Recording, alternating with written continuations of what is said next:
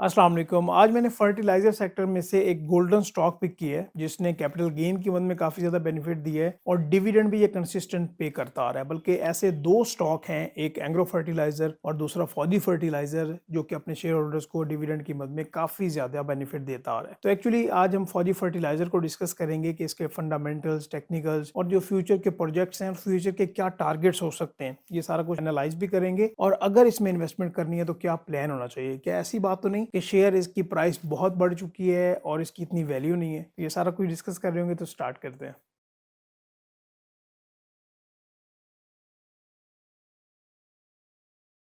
आज हम golden stock number 3 की बात करेंगे। फर्टिलाइजर सेक्टर में से ये कंपनी मैंने सेलेक्ट की है, फौजी फर्टिलाइजर कंपनी लिमिटेड। क्यों ये गोल्डन स्टॉक है? ऐसे क्या फंडामेंटल चेंज हुए हैं कि इसको एग्रो फर्टिलाइजर से भी ज़्यादा प्रेफर किया जा रहा है? इसके रिजल्ट्स भी काफ़ी बेहतर आ रहे हैं। इसने अपने stake holders and share holders को किस तरह से बेनिफिट दिए? क्या कैपिटल गेन की मद में बेहतर है? डिविडेंड ज़्यादा बेहतर देती है? Fundamental, financial and technical level पे ये कंपनी कहाँ पे फॉल करती है? और जो डिफरेंट ब्रोकरेज हाउसेज़ हैं, उनकी इस कंपनी के बारे में क्या ओपिनियन है और मैं फ्यूचर की क्या एक्सपेक्टेशन ड्रॉ कर सकते हैं? ये सारा कुछ आज हम कवर करेंगे, तो आपसे रिक्वेस्ट है कि आप चैनल ज़रूर सब्सक्राइब कर लें। सबसे पहले हम मैं आपको इस इंडस्ट्री का एक पॉइंट बताना चाहता हूँ कि पाकिस्तान में ये जो फर्टिलाइज़र सेक्टर है, ये एक प्रोटेक्टेड इंडस्ट्री की लिस्ट में आती है। अभी इसका क्या मतलब है, इसको आपने ज़रा गौर से समझना है कि जो भी कंपनी खादें बनाती है ना, उनका मेन कंपोनेंट होता है गैस। अभी गैस की प्राइसेज़ हमें देखना पड़ती हैं कि लोकल पाकिस्तान लेवल पे क्या है और इंटरनेशनल लेवल पे क्या है, क्योंकि ये चेंज होती रहती हैं, तो यहाँ पे मैं स्पेसिफाई नहीं करूँगा।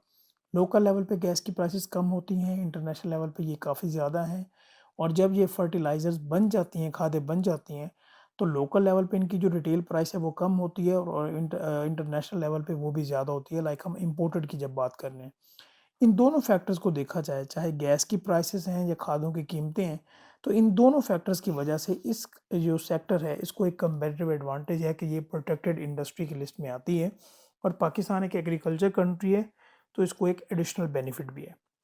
आई होप कि यहाँ तक आपका पॉइंट क्लियर है। फर्दर हम आगे बढ़ते हैं और ये देखते हैं कि फौजी फर्टिलाइज़र एफएफसी का मार्केट शेयर क्या है और इसकी मेजर प्रोडक्ट्स कौन-सी हैं। वैसे इसकी जो मेजर प्रोडक्ट्स हैं ओवरऑल, वो हमें इसकी एनुअल रिपोर्ट से पता चल जाएगा। अभी हमने जाना भी है, जब हमने फाइनेंशियल एनालिसिस करना है, तो मैं आपको 2 प्रोडक्ट्स के बारे में बताना चाहता हूँ जो कि 95% से भी ज़्यादा जो हिस्सा है वो इनका कवर करती हैं। उसमें 2 आती हैं जी। एक है यूरिया और दूसरी है डीएपी। अच्छा, यूरिया ये खुद मैन्युफैक्चर करते हैं पाकिस्तान में, डीएपी ये इंपोर्ट करते हैं और मार्केट शेयर की बात करें तो इन दोनों को लेके ये जो पिछले से पिछला साल क्लोज़ हुआ है, तब इनका मार्केट शेयर 40% था और अभी ये बढ़ के 46% हुआ है। इसमें हमने 6% का इंक्रीज़ देखा है, जो कि बहुत अच्छी बात है। ये भी हम देखेंगे कि 6% का इंक्रीज़ क्यों आ रहा है। इसमें एक ब्लैक मार्केट का बहुत इंपॉर्टेंट कॉन्सेप्ट है इस इंडस्ट्री को लेके, वो भी हमने डिस्कस करना है। अभी हम नीचे आते हैं और ये डिस्कस कर लें कि इस कंपनी ने अपने stake holders and share holder को किस तरह बेनिफिट दिया है। ये नीचे जब हम आते हैं तो इस ये पाकिस्तान स्टॉक एक्सचेंज के डेटा पोर्टल पे हमारे पास एक नेसेसरी इन्फॉर्मेशन होती है, जिसमें मार्केट कैपिटलाइजेशन देखें तो तकरीबन 500 बिलियन के पास है, एक बड़ी कंपनी है और यहाँ पे एक्चुअली पे आउट्स की हिस्ट्री हमारे पास आ रही होती है। एक बात नोट कीजिएगा, एग्रो फर्टिलाइज़र और फौजी फर्टिलाइज़र, ये दोनों कंपनीज़ ही डिविडेंड की मद में काफ़ी ज़्यादा कंसिस्टेंट हैं, अपने शेयर होल्डर्स को काफ़ी ज़्यादा बेनिफिट देती आ रही हैं। जो एग्रो फर्टिलाइज़र है, उसने तो अपने प्रॉफिट्स में से तकरीबन 100% के करीब अपने शेयर होल्डर्स में डिस्ट्रीब्यूट किया है अभी तक। बट एफएफसी ने 100% नहीं, लाइक कम किया है, क्योंकि उन्होंने आगे investments and all that, capacity increase करना, ये सारे फैक्टर्स होते हैं। बट अभी सिनेरियो चेंज हो चुका है, जो अभी आपने गौर से एक-एक पॉइंट समझना है कि कहाँ से एक्चुअली गेम चेंज हुई है और इसकी प्राइसेज़ में अगर हम टेक्निकल लेवल पे जाएँ, लाइक अभी हम देखें तो एग्रो फर्टिलाइज़र की प्राइस 194 के पास है और फौजी फर्टिलाइज़र की अगर हम देखें तो इसने 400 प्लस भी टच किया और अभी 385 है, क्योंकि मार्केट में अभी अच्छी खासी करेक्शन आई थी। लाइक डबल से भी ज़्यादा फौजी फर्टिलाइज़र की कीमत हो गई हुई है, जो कि पास्ट में फौजी फर्टिलाइज़र की कीमत एग्रो फर्टिलाइज़र की शेयर प्राइस से बहुत कम थी। क्या वजह बनी? गौर से समझिएगा। अच्छा, इसमें अगर हम इसके अर्निंग पर शेयर वाले सेक्टर पे आएँ, ये जो फाइनेंशियल सेक्टर है और जहाँ पे एनुअल आप ईपीएस देख रहे हैं, ये आप ज़रा गौर से देखिएगा। ये आप एनुअल ईपीएस देख रहे हैं कि 16.36, 17.21, 15.76, 23.32, ये इसकी एनुअल ईपीएस है, ठीक है? अगर इसकी हम क्वार्टरली ईपीएस पे जाएँ, तो यहाँ पे हमें ये पता चलता है कि ये वाला, ये जो अभी हमारे पास ये जो इनका रिज़ल्ट आया है, ये 2023 और 2024 का जो पहला क्वार्टर था, इनकी अर्निंग पर शेयर कम है, but quarter 2 of 2024, quarter 3 of 2024, इनकी अर्निंग पर शेयर में हमें अच्छा खासा रेज़ देखने को मिला है। ऐसी क्या रीज़न थी? और यहीं पे थोड़ा-सा मैं आपको लेके जाना चाहूँगा इफ़र्ट की तरफ, और यहाँ पे ज़रा आप एनालाइज़ करें, गौर से समझिएगा, बहुत इंपॉर्टेंट पॉइंट है ये, पूरी वीडियो में सबसे इंपॉर्टेंट पॉइंट है ये। इसकी एनुअल आप ईपीएस देख रहे हैं कि 12, 15, 11, 19 है, और क्वार्टरली अगर हम देखें, वहीं पे जो हमने क्वार्टर 2 उसकी देखी थी 12 से ज़्यादा, तो यहाँ पे हमने देखी कि क्वार्टर 2 और क्वार्टर 3 ऑफ 2024 जो है इनका, इवन क्वार्टर 1 ऑफ 2024, ये 6, 4.5 और 5.73, जिसकी वजह से हमें इसमें उतना ज़्यादा ग्रोथ नहीं देखी हमने। और हमने क्या देखा कि यहाँ पे जो एफएफसी है उसकी अर्निंग पर शेयर काफ़ी ज़्यादा है, और लोगों का इंटरेस्ट, इन्वेस्टर का इंटरेस्ट इसमें ज़्यादा बिल्ड हुआ। अभी समझिएगा कि रीज़न क्या है, वो फैक्टर मैं आपको बताना चाहूँगा। इसमें एक तो आपको ये पता चल गया कि यहाँ से ये चेंजेज़ हुई हैं। एक ये हुआ कि जब से चेंजेज़ हुई हैं, इससे पहले गैस प्राइसेज़ में फ़र्क आया। पहले एफएफसी को भी और इफड को भी, दोनों को जो गैस है वो पहले एक रेट पे मिल रही थी। इफ जो एफएफसी है उसका रेट तो वही ₹580 ही रहा, और जो इफड का रेट है वो उन्होंने बढ़ा के तकरीबन 1600, लाइक 1590-95 के करीब 1600 ये रेट बढ़ा दिया। ये गैस प्राइस डिस्पैरिटी की वजह से हुआ। अभी आप ये कहेंगे कि ऐसा क्यों हुआ? फौजी फर्टिलाइज़र जो है, जो अपनी गैस है, ये मारी पेट्रोलियम से लेती है, जहाँ पे इसकी कॉस्टिंग जो है उनको कम पड़ती है, और इफड जो है ये अपनी गैस जो है ये एसएसजीसी से और एसएनजीपीएल, ये इन कंपनी से अपनी गैस लेती है। ठीक है? अब ये जो गैस डिस्पैरिटी है, चाहे गवर्नमेंट आज ख़त्म कर दे या इसको प्रोलॉन्ग करे, ये गवर्नमेंट का अपना डिसीजन है, लेकिन आपको पता है कि पाकिस्तान में किस तरह से हालात चलते हैं, ऐसा होना नहीं चाहिए। अगर लेवल प्लेइंग फील्ड हो, तो एग्रो फर्टिलाइज़र बहुत, बहुत, बहुत बेहतर परफ़ॉर्म कर सकती है। उसकी रीज़न क्या है कि जो इनके प्लांट्स हैं N1, और इन्होंने का एक और प्लांट था जिनकी प्रोडक्शन कैपेसिटी उन्होंने बढ़ाई, तो वो काफ़ी ज़्यादा बेहतर हैं, और ये मार्केट में न्यूज़ सर्कुलेट कर रही हैं, मैं आपको कंफर्म नहीं कर सकता, कर रही होती हैं कि एग्रो फर्टिलाइज़र के जो प्लांट्स हैं, उनकी तकरीबन कोई 9-10%, 8% के करीब, अप्रॉक्सिमेटली आप 10% लगा लें कि उनकी जो एफिशिएंसी है वो फौजी फर्टिलाइज़र की निस्बत इनकी ज़्यादा है। तो यहाँ पे अगर देखा जाए, क्योंकि गैस प्राइस मेन कंपोनेंट होता है, वहाँ पे इतना बड़ा कंपैरेटिव एडवांटेज मिल गया, तो इस वजह से फौजी फर्टिलाइज़र के हमने अर्निंग पर शेयर में इंक्रीज़ देखने को मिला। इनकी प्रॉफ़िटेबिलिटी भी काफ़ी ज़्यादा आई। एक ये फैक्टर हो गया गैस का, ये नोट करते जाना है आपने। एक फैक्टर हो गया गैस का, ये मैंने आपको बता दिया, गैस का फैक्टर था। और दूसरा फैक्टर था ब्लैक मार्केट का। अब एक्चुअली होता क्या था कि पाकिस्तान में आपको पता है कि क्या सिचुएशन है कि चीज़ों की मंदी क्रिएट करके कि मार्केट में उसकी लाइक स्टॉक करके उसकी कीमतें बढ़ाई जाती हैं। तो जो भी इनके डीलर्स हज़रात थे, ज़्यादातर वो क्या करते थे कि अपने पास खादें स्टोर की, और फिर उनको 4000 का अगर एक 50 किलो का बैग है, तो उसको 5000 में, 5100 में, 5200 में उसको दिया। तो यहाँ पे फौजी फर्टिलाइज़र और बाकी जो कंपनीज़, उन्होंने एक स्टेप उठाया।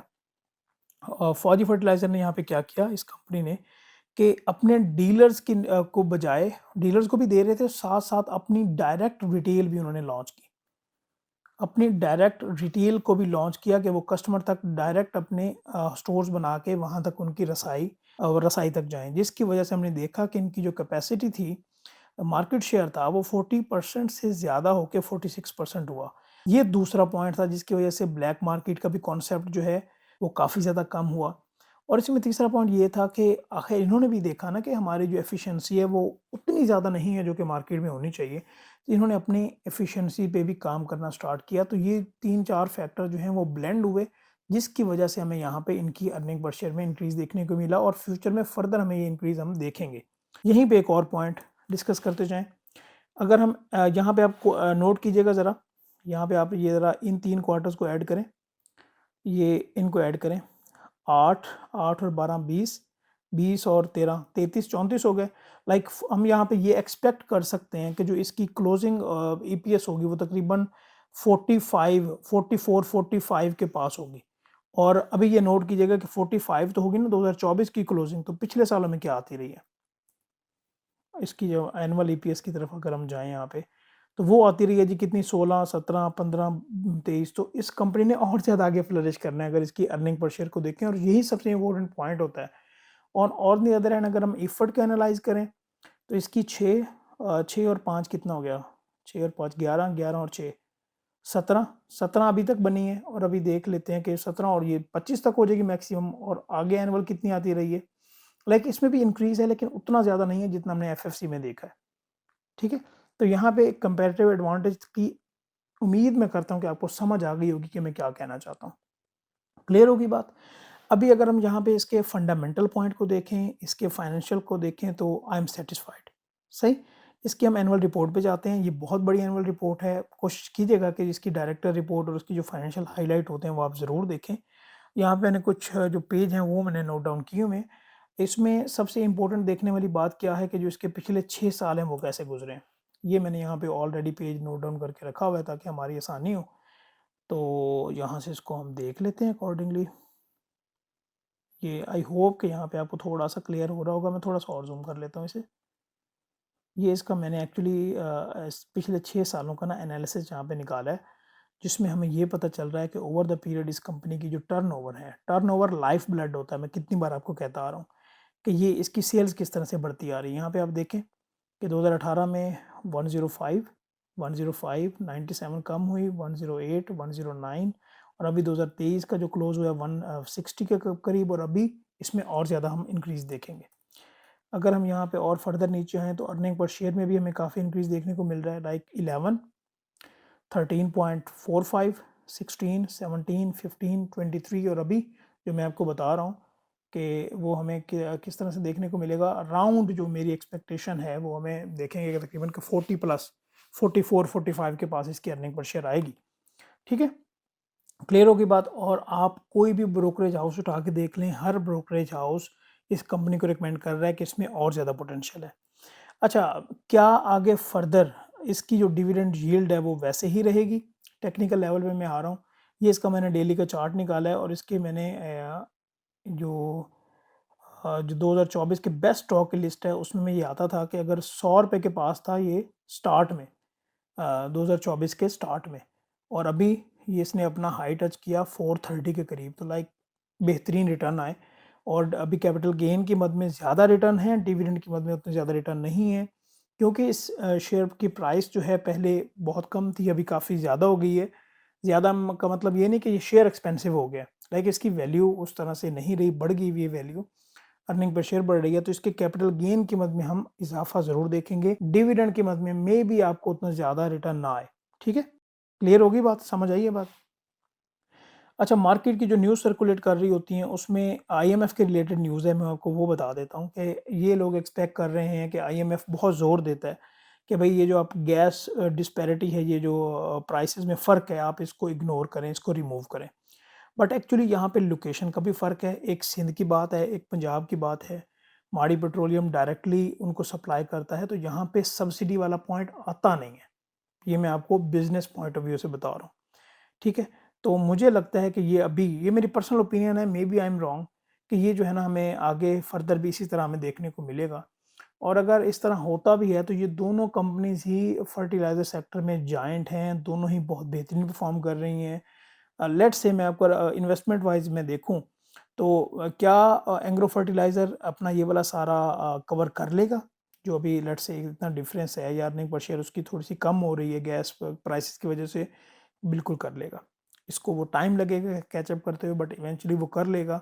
तो अगर आप लॉन्ग टर्म इन्वेस्टर हैं, अगर मैं लॉन्ग टर्म इन्वेस्टर हूँ, तो मुझे क्या करना चाहिए? मुझे एग्रो फर्टिलाइज़र में भी स्मॉल अपनी पोज़ीशंस बनानी चाहिए, बट अगर लाइक थोड़े पीरियड की बात करें जिसमें 2 साल या 1 साल या 3 साल आते हैं, तो फिर उसमें फौजी फर्टिलाइज़र को ज़रूर देखा जा सकता है। क्योंकि ये कंपनीज़ आपको, आप इन कंपनीज़ में आपको लॉस होने के चांसेस बहुत मिनिमल हैं, क्योंकि डिविडेंड में भी कवर हो जाता है और इनकी जो डिमांड है वो काफ़ी ज़्यादा बेहतर है। तो मैं उम्मीद करता हूँ कि यहाँ तक आपके पॉइंट्स भी क्लियर हो गए होंगे और आपको क्लियर हो गया होगा कि मैं आपको क्या समझाना चाह रहा था। ठीक है? फ्यूचर एक्सपेक्टेशन भी काफ़ी ज़्यादा बेहतर हैं। हाँ, एक और बात देख लेते हैं कि ये मैंने डेली का चार्ट निकाला था, अगर मैं इसका मंथली का चार्ट निकालूँ, तो ये अभी अपने ऑल टाइम हाई पे ट्रेड कर रहा है। ऑल टाइम हाई पे ट्रेड करने का ये हरगिज़ मतलब नहीं है कि ये कंपनी क्या है कि आपको यहाँ से नीचे की तरफ आ जाएगी। हाँ, कब आएगी नीचे की तरफ वो मैं आपको बता देता हूँ। ये गौर करें। जब आपको इसके जो वॉल्यूम्स हैं वो एवरेज नज़र आना शुरू हो जाएँ, यहाँ से अगर वॉल्यूम आपको लेट्स से ड्रॉप होना स्टार्ट हो जाएँ, यहाँ से ऐसे ड्रॉप हों, तो फिर आपको चाहिए कि आप अपनी पोजीशन चेंज कर लें अगर आप लॉन्ग टर्म को नहीं रखना चाहते, ठीक है? लेकिन अगर ये वॉल्यूम बेहतरी की तरफ जा रहे हैं, जिस तरह अभी आप ये देख रहे हैं, बिल्कुल भी ऐसे नहीं जाएँगे लाइक कंसिस्टेंट होंगे या ज़्यादा बेहतरी की तरफ जाएँगे, तो फिर आपको ये ट्रेंड आप ही देखने को मिलेगा, ठीक है? वॉल्यूम एनालिसिस होता है और डिफरेंट एंगल्स को देखना पड़ता है, अर्निंग पर शेयर को माइंड में रखते हुए आपने आगे अपने डिसीजंस करने हैं, ठीक है? तो ये एक इन्फॉर्मेटिव वीडियो थी ताकि जो भी मेरा थोड़ा बहुत एक्सपीरियंस है उसके अकॉर्डिंगली मैं आपको गाइड कर सकूं। आई होप कि आपके लिए ये बेनिफिशियल रहेगी। वीडियो को ज़रूर लाइक कीजिएगा और चैनल को भी सब्सक्राइब कीजिएगा। Thank you so much. अल्लाह हाफ़िज़।